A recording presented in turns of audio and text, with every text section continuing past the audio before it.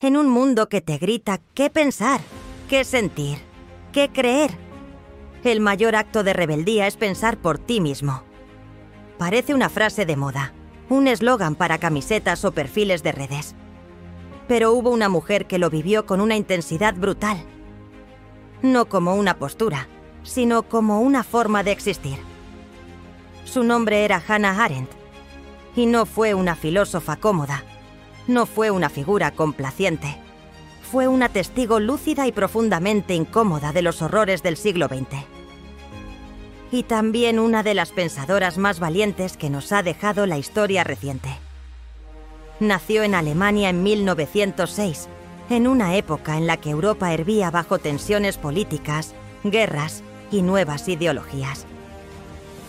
Desde joven se sumergió en el pensamiento de los grandes: Kant, Heidegger, Jaspers.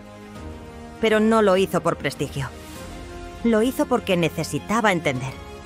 Comprender el mundo, no dominarlo. Entender a los demás, incluso a los que pensaban o actuaban de formas atroces. Y eso fue exactamente lo que hizo durante toda su vida. Mirar de frente. Observar sin cerrar los ojos. No negar la realidad. No justificarla. No esconderse en ideas bonitas o teorías abstractas. Y quizás por eso, su filosofía sigue siendo tan actual. Porque Arendt no buscaba respuestas definitivas. Buscaba preguntas honestas. Durante el ascenso del nazismo, Arendt, judía, fue perseguida, encarcelada y finalmente exiliada.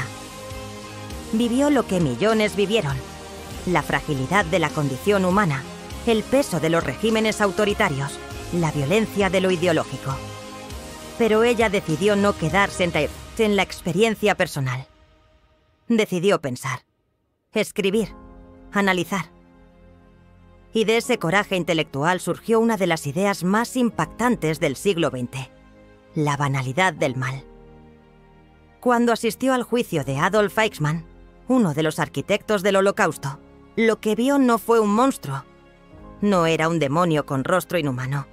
Era un hombre común, un burócrata, alguien que solo cumplía órdenes, alguien que no pensaba, que no reflexionaba sobre lo que hacía, que no sentía que tuviera responsabilidad moral. Esa observación la llevó a una conclusión incómoda. El mal no siempre viene del odio. A veces viene de la indiferencia, del no cuestionar, del obedecer sin pensar, del automatismo.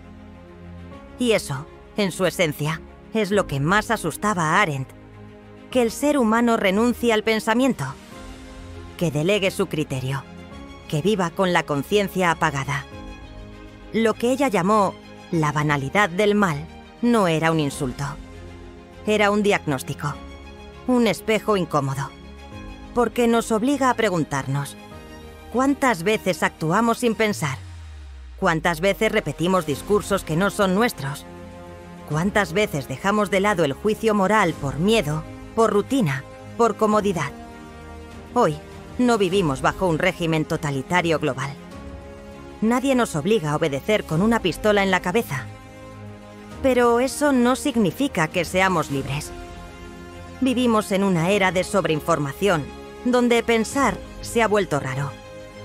Nos lanzan frases hechas, emociones prefabricadas, reacciones rápidas, scroll infinito, opiniones enlatadas, likes como recompensa. Y sin darnos cuenta, empezamos a funcionar como Eichmann. No matamos a nadie, pero dejamos de pensar. Nos convertimos en engranajes. Arendt lo habría visto venir. Ella decía que el pensamiento es una actividad silenciosa, solitaria, incluso incómoda, pero absolutamente necesaria. Pensar no es llegar a conclusiones rápidas. Pensar es estar en diálogo contigo mismo. Es poner en pausa el ruido y preguntarte: ¿esto que digo es mío? ¿O lo escuché tantas veces que ya no sé de dónde viene? Pensar es tener el coraje de no pertenecer, de no seguir la corriente, de incomodar, incluso a los tuyos. Y eso es difícil. Pensar, decía Arendt, es también una forma de resistencia. una forma de mantener viva la dignidad cuando todo alrededor parece perderla. No se trata de convertirse en eruditos ni de tener siempre la respuesta correcta. Se trata de no rendirse al vacío, de no vivir con la mente dormida, de no actuar como si nada importara.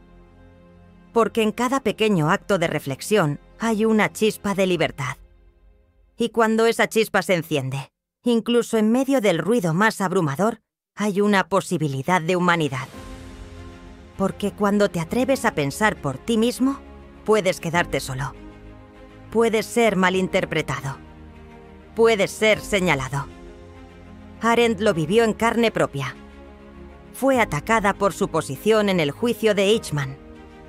Fue acusada de traidora por no escribir lo que otros esperaban que escribiera. Pero no cambió su opinión por agradar. Porque su fidelidad no era hacia una comunidad, una ideología o un grupo. Su fidelidad era hacia la verdad, hacia su conciencia. Y eso es libertad. Hoy, cuando parece que todos tenemos que elegir un bando, cuando cada idea debe encajar en una etiqueta, cuando el matiz ha desaparecido del debate público, Hannah Arendt nos recuerda que pensar es no ceder al simplismo. Hoy, quizás no enfrentamos dictaduras como las del siglo XX, pero sí vivimos en sistemas que nos distraen, nos aceleran, nos saturan. El peligro ya no es solo la censura, sino el desinterés, la superficialidad, el cinismo. Por eso, recordar a Arendt es más que un homenaje. Es una invitación a que cada uno, desde donde está, encienda su propia lámpara, que vuelva a mirar con atención, que vuelva a sentir curiosidad y que no tenga miedo de pensar diferente. Que pensar es elegir el camino más largo, pero más honesto. Y que si no piensas por ti mismo, alguien más lo hará por ti. No se trata de estar de acuerdo con todo lo que ella dijo. Ella misma desconfiaba de quienes tenían razón todo el tiempo. Se trata de recuperar el ejercicio del pensamiento, la pausa, la duda, la conversación real, no la pelea vacía. Hoy, más que nunca, necesitamos su mirada. No para quedarnos en el pasado, sino para mirar este presente con ojos más lúcidos. ¿Y si pensamos como ella? ¿Y si dejamos de repetir y empezamos a cuestionar? ¿Y si por un momento apagamos el ruido y nos escuchamos de verdad? Porque pensar no es fácil, pero es lo único que nos mantiene humanos. Si algo de esto resonó contigo, déjamelo saber en los comentarios. Me encantaría saber qué piensas tú. No lo que dicen todos, sino lo que tú ves, tú sientes, tú entiendes. Y si quieres más voces incómodas, más ideas que sacuden, más pensamiento propio, suscríbete, porque el mundo necesita menos ruido y más gente que se atreva a pensar.